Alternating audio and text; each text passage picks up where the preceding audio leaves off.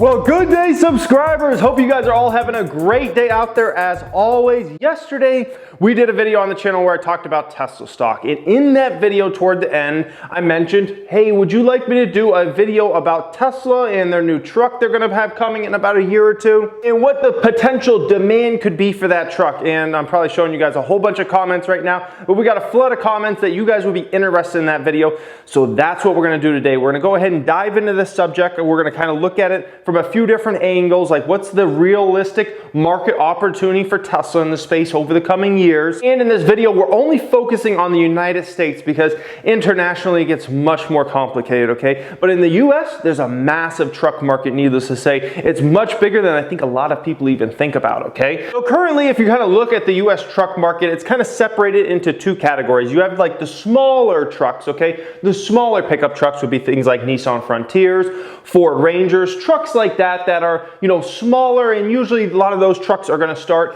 in the low 20s, okay, somewhere in that price range. And then you have the bigger trucks, okay, which would be like the Nissan Titan, the Ford Raptor, you know, the Dodge Ram, the F-150, Silverados, those sorts of trucks, okay? And those are kind of more like the full-size trucks, as they're called. And so if we're focusing on like Tesla, what market they're going to be going after, they're really going to be going after the big truck sector, okay? Those ones are the ones that are doing the big numbers, and those ones have much higher average selling prices. So if we're looking at what Tesla is going to be competing with, these are really the guys that Tesla is going to be competing with: the F-150s, the Rams, the Raptors, all those sorts of trucks, okay? The Silverados and things like that, okay? Now, trucks are not just for work. I know some people think like if you have a pickup truck, that means you do like some manly job or something like that, and it's just not true, okay? A lot of people like work 9-to-5 desk jobs and drive a big like lifted truck or something around, okay? So trucks aren't just for people that actually need a truck for work. Now there are people just like drive trucks just to drive trucks as their commuter vehicle.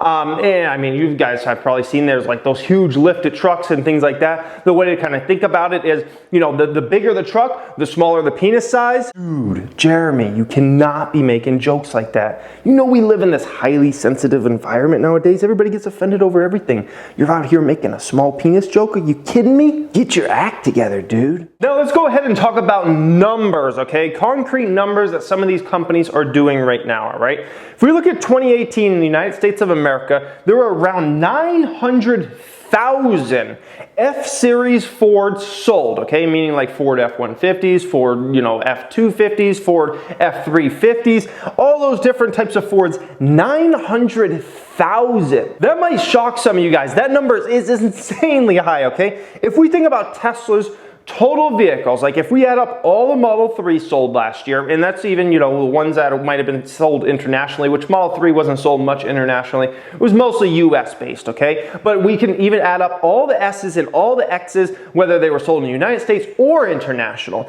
Tesla's total amount of vehicles delivered last year was somewhere around 245,000, okay? That just takes into context like how big the truck market really is. Ford F-Series alone did 900,000 sales in the United States of America in 2018, okay? That's an incredible number. Chevy Silverado, we're looking at about 585,000 sold in 2018, and Dodge Rams, about 540,000 sold in 2018. So needless to say, these numbers are absolutely massive. These are not some kind of small segments or something like that. Like even the Dodge Ram, which of those three is the least selling one of them, okay? That's still basically, you know, a double up of what Tesla sold total for vehicles last year, okay? So these numbers are pretty incredible that Tesla's going to be going after in the truck market, and you can see why if you're a company like Tesla and your goal is to, you know, electrify the world and, you know, make all these electric vehicles and, you know, go this route, right? And also hopefully expand your business, like you have to go after the truck market. There's just massive, massive demand there, okay?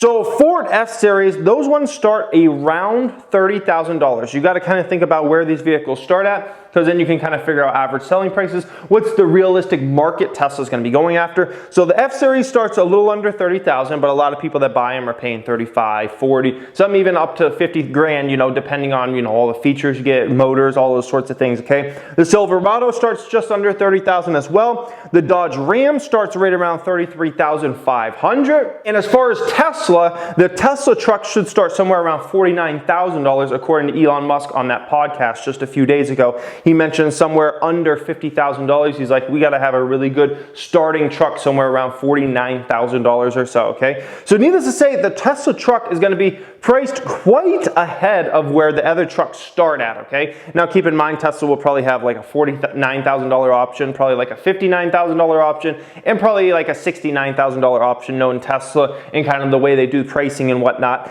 So needless to say, it's going to be pretty expensive if you're looking at base models versus some of these competitors. But once again, this is going to be an electric truck, probably could save a lot on gas, and it's going to have some, form of, autonomous driving in there for that price point, okay? So it's something to think about. They can't really go after the whole market because some of these price brackets are just not there, okay? So there's about 2.5 million, big trucks sold every year in the United States, around 2.5 million roughly, okay? So if you look at it, you can say, well, that's Tesla's real opportunity there. But I don't think that's really the real opportunity because, some people can't afford a truck that starts at $50,000 roughly, okay? Some people have to buy that pickup truck that starts around $30,000 or $35,000 because that's what they can afford, okay? So not everybody can afford $50,000. So essentially, in my opinion, you got to take about 1 million truck sales off of that number to get the real opportunity, because about 1 million of those folks just either aren't willing to go up to that type of price point, or literally they financially they can't afford, a $50,000 truck, but they can afford a $30,000 truck for their business or just for commuting around.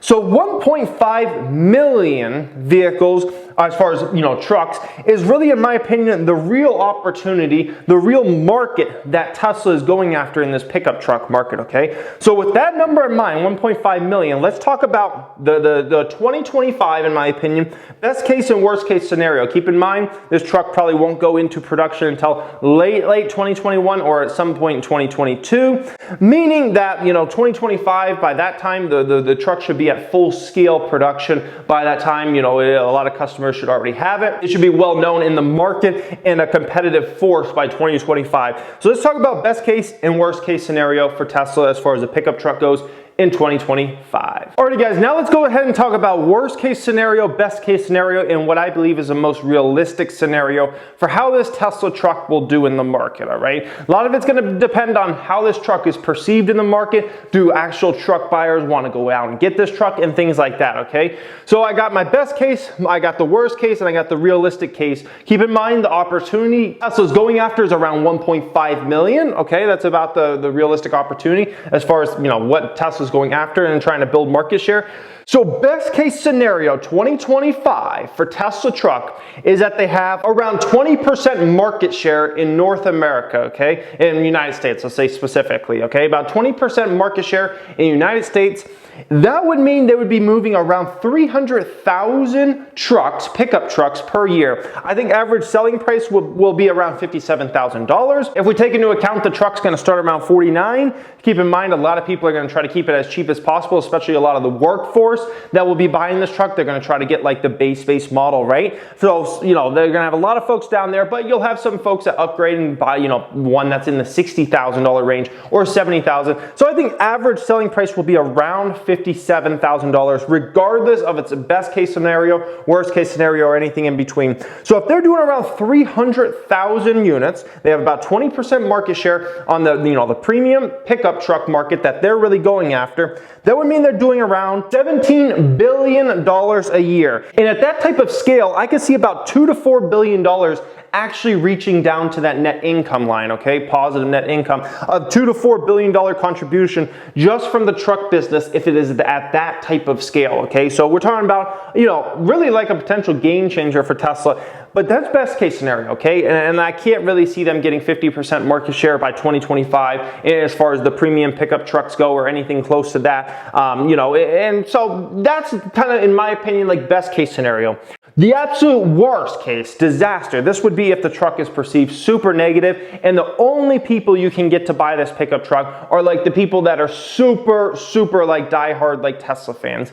Worst case scenario is they would get about 1% market share of that 1.5 million million opportunity there. That would equal about 15,000 units roughly, okay? At still an average selling price of about $57,000. That would mean revenue about 850 million. Sounds like a big number, it's not really big. And in my opinion, at that point, they would be taking losses because the business just wouldn't be at the scale they need it to be at to make this a profitable business. So if the business is you know, at a 1% market share in 2025 of new, you know, premium pickup trucks sold in the United States, like they're gonna lose money on that bottom line, okay? My realistic estimate for 2025 is I think they could have about 10% market share, okay? This is assuming the truck is perceived as, you know, a good quality truck. It's got really good power. You get a lot of bang for your buck. People really like it. Not that people are going crazy for it, okay, or something like that, you know, which was like a Model 3 type of scenario. So this is just assuming people really like it. They think it's good quality. They think it's good bang for your buck. It goes, you know, pretty fast. It's able to carry a lot of weight and all those sorts of things, okay? In that scenario, I can see them having about 10% market share. That would be about 150,000 trucks they'd be selling in 2025. At $57,000 would be a business that brings in between $8 and $9 billion roughly as far as revenue. And in that scenario, I can see about $1 billion or so going down to that net income line. But keep in mind, the more this business scales, the more it will throw off money to that bottom line, okay? So that's why there's a massive difference between what this one could potentially throw off, which is maybe up to $4 billion, which is this one. It's probably going to be about $1 billion or so would actually flow down to the net income, in my personal opinion there, okay? So that's kind of the 2025. Now, if we look down further down the road, you know, if you're looking at 2028 or 2030, you know, things can totally change and maybe Tesla can get even a bigger market share. We'll have to see how all that shakes out. But it should be very interesting because Tesla's going to have one of the first, you know, electric trucks in the market. Rivian's supposed to be, you know, entering the market now. As far as electric trucks go, they're a brand new upstart. We'll have to see how they do. They haven't proven they can scale anything yet. They haven't even built vehicles yet. So we'll have to see what they end up doing, if they're successful or not. But it looks like Tesla could have possibly the first mass production